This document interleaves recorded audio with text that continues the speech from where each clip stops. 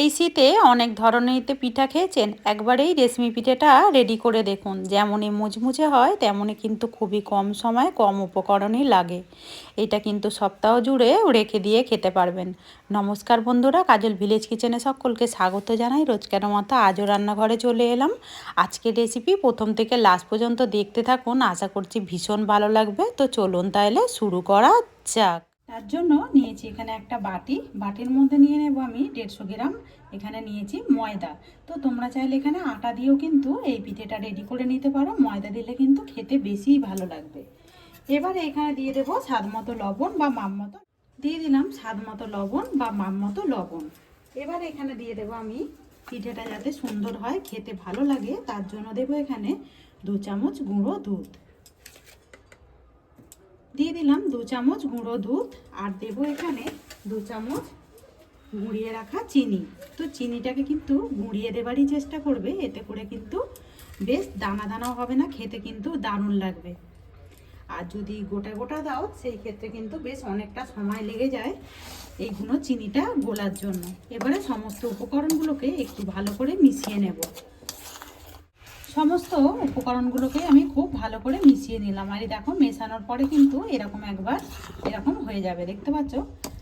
এবার আমি এখানে দিয়ে দেব, যাতে খেতে ভালো লাগে তার জন্য 1 চামচ ঘি। তো এখানে দিয়ে দিলাম 1 চামচ ঘি। ঘিটাকে দিয়েও খুব ভালো করে মিশিয়ে নেব। সমস্ত ঘিটাকে বেশ আমি সমস্ত উপকরণের সঙ্গে এইভাবে মিশিয়ে নিলাম। এবারে এখানে দিয়ে দেব উষ্ণ কুসুম জল। ঠান্ডা জল কিন্তু দেবে না, এরকম কিন্তু গরম করেই একটু জলটা দেবার চেষ্টা করবে, এতে করে কিন্তু পিঠেগুলো বেশ ভালো হবে। আর এইভাবে অল্প অল্প করে দেব, আর সুন্দর একটা আঠালো গোলা গুলে নেব। গোলাটাকে আমি এইভাবে কিন্তু গুলে নিলাম। আর এই দেখো একদম আঠা আঠা মতো দেখতেও হয়েছে। এইভাবে আঠালো একটু গোলাটাকে গুলে নিতে হবে। এবারে এটাকে সাইডে রেখে দেবো। নেব এখানে একটা বাটি, এখানে একটা ডিম নিয়েছি।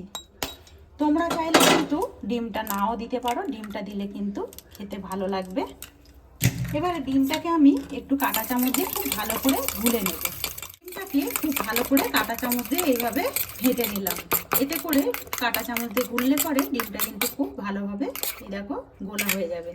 আবারও গোলাটাকে আমি নিয়ে নেব, আর সমস্ত ডিমের মিশ্রণটা এই গোলার মধ্যে দিয়ে দেবো। আজকের রেসিপি আপনারা কে কোথা থেকে দেখছেন অতি অবশ্যই আমাকে কমেন্ট করে জানাবেন।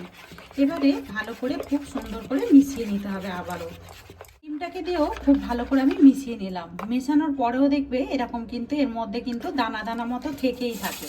তার জন্য এখানে আমি আরও একটা বাটি নিয়েছি আর একটা ছাঁকনি নিয়েছি। সমস্ত গোলাটাকে আমি এর মধ্যে দিয়ে সমস্তটাকেই এইভাবে ছেঁকে নেব।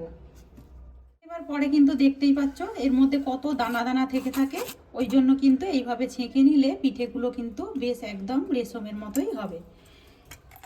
এখানে দেখো একটা প্লাস্টিক নিয়ে নিয়েছি, তোমরা যে কোনো প্লাস্টিক নিয়ে নিতে পারো। এই প্লাস্টিক থেকেই আজকে আমি পিঠেগুলো রেডি করবো। গ্লাসের মধ্যে দিয়ে দিলাম, সমস্ত গোলাটাকেই আমি নিয়ে নেব এর মধ্যে।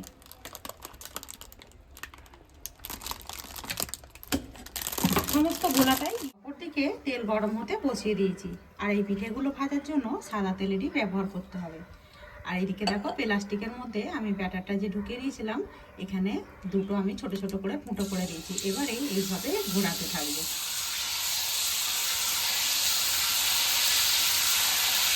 আর এই পিঠেগুলো ভাজতে খুব বেশিক্ষণ কিন্তু সময় লাগে না, খুবই অল্প সময়ের মধ্যে কিন্তু হয়ে যায়। যখনই দেখবে একটা পিঠ হয়ে যাবে, এবারে আমি আলতো করে এইভাবে ঘুরিয়ে দেব। আবারও আমি এটাকে এইভাবে ফোল্ড করে মুড়ে দেব। দারুণ সুন্দর একটা রং এসে গেছে। এবারে তেল ছেঁকে তুলে নিতে হবে।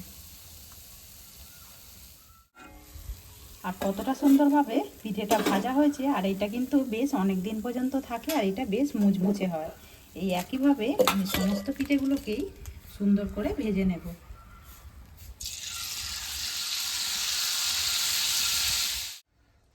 সমস্ত পিঠেগুলোকেই আমি ভেজে নিলাম।